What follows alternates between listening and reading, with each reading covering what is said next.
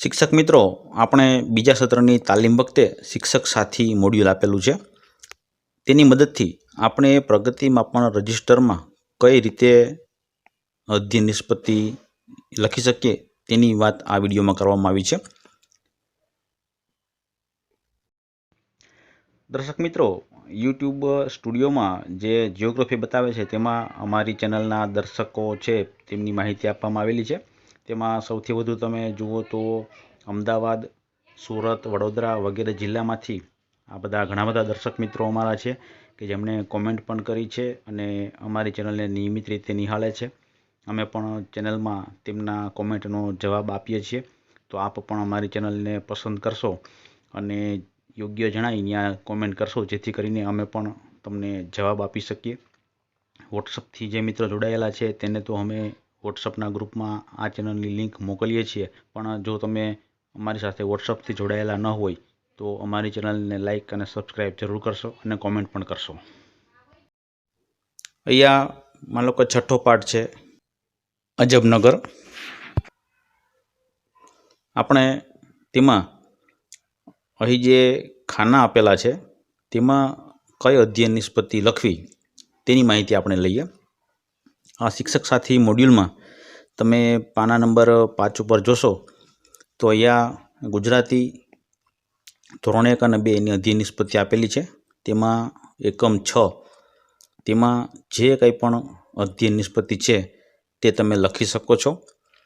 આ ઉપરાંત વધારે તમારે જે અધ્યયન નિષ્પત્તિ લખવી હોય તે પણ તમે આગળ લખી શકો છો, પરંતુ આમાં જેટલી મોડ્યુલમાં આપેલી છે એટલી તો આપણે અધ્યયન નિષ્પત્તિ લખવાની જ છે અને તે મુજબ આપણે વિદ્યાર્થીઓમાં તે નિષ્પત્તિ સિદ્ધ થાય તેવો પ્રયત્ન કરવાનો રહેશે. આપણે આ બોલપેનથી લખવી પડશે.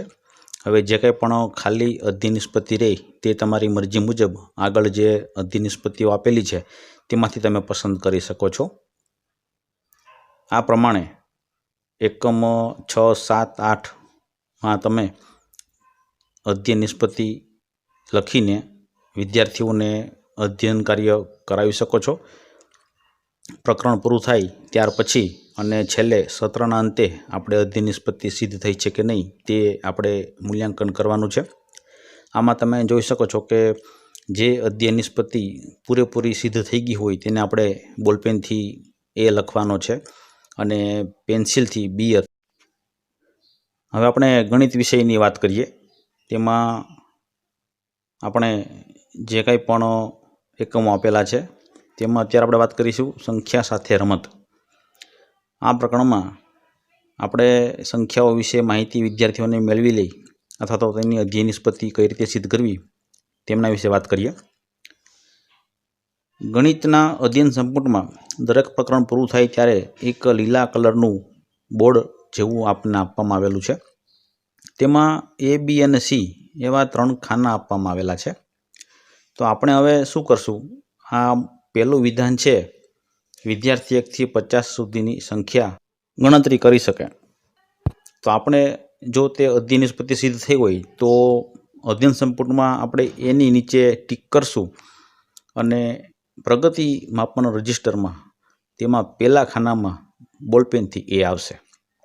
એવી જ રીતે આપણે દરેક જે વિધાન છે તેમાં A, B અને C જો તે ખરેખર કોઈની પણ મદદ વિના કામ કરી શકતો હોય તો આપણે A લખવાનું છે અને બીજાની મદદ લઈને કામ કરી શકતા હોય તો આપણે B અને ત્યાર પછી આપણે C.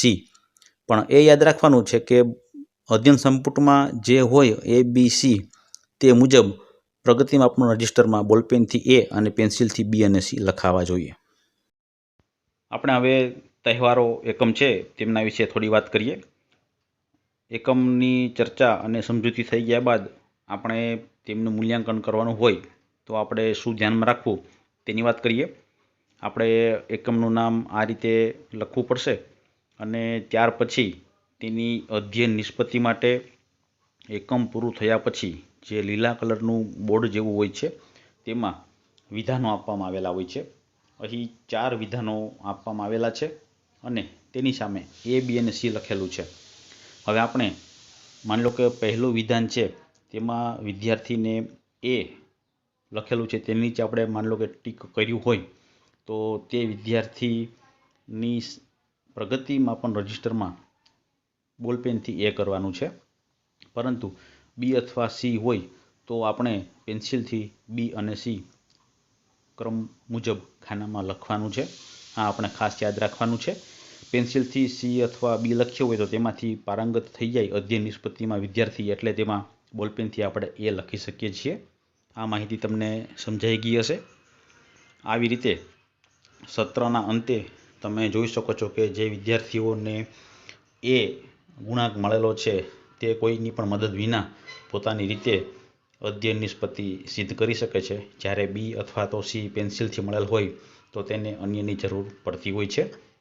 અહીં ધોરણ 1 અને 2ના બીજા સત્રના જે અધ્યયન નિષ્પત્તિના ક્રમાંક આપેલા છે પાના નંબર 5 ઉપર, તેનો તમે ઉપયોગ કરીને તેના અધ્યયન નિષ્પત્તિના ક્રમાંક મુજબ વિધાન આપણે જોવાના છે અને તે મુજબ આપણે પ્રગતિ માપન રજિસ્ટરમાં તેમની નોંધ કરવાની છે. પ્રગતિ માપન રજિસ્ટરમાં વધારાની અધ્યયન નિષ્પત્તિ તમે લઈ શકો છો. અહીં વિધાનો ઘણા બધા છે, તેમાંથી તમને યોગ્ય લાગે તે અધ્યયન નિષ્પત્તિના 3 ક્રમાંક પસંદ કરીને ત્યાર પછી તમે તેનું મૂલ્યાંકન કરી શકો છો. સત્રના અંતમાં અહીં શૈક્ષણિક મુદ્દાઓ આપવામાં આવેલા છે. તો આપણે બીજા સત્રમાં તો આપણી જાતે એટલે કે બોલપેનથી આપણે લખી શકીએ. જે કંઈ પણ પાઠ છે તેમાં મુખ્ય શૈક્ષણિક મુદ્દાઓ હોય તે આપણે પ્રગતિ માપન રજિસ્ટરમાં છેલ્લે જગ્યા આપેલી છે તેમાં આપણે ક્રમ મુજબ લખવાના રહેશે. દરેક દર્શક મિત્રોનો હૃદયપૂર્વક ખૂબ ખૂબ આભાર.